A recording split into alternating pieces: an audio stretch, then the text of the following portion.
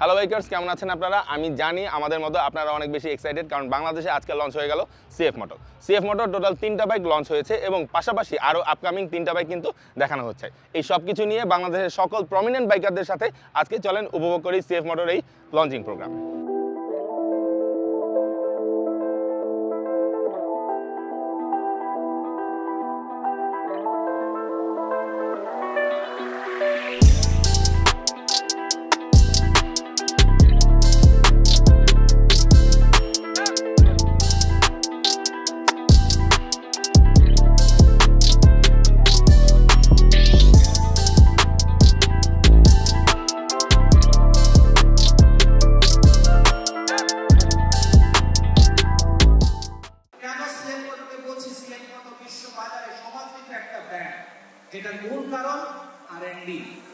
This is our main motto to connect all of you.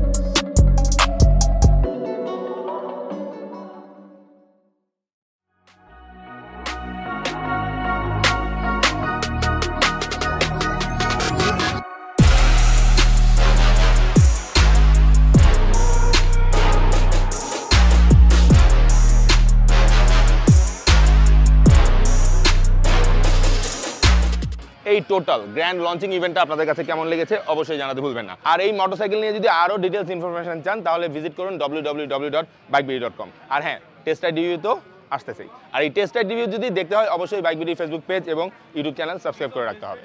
Allah Hafez.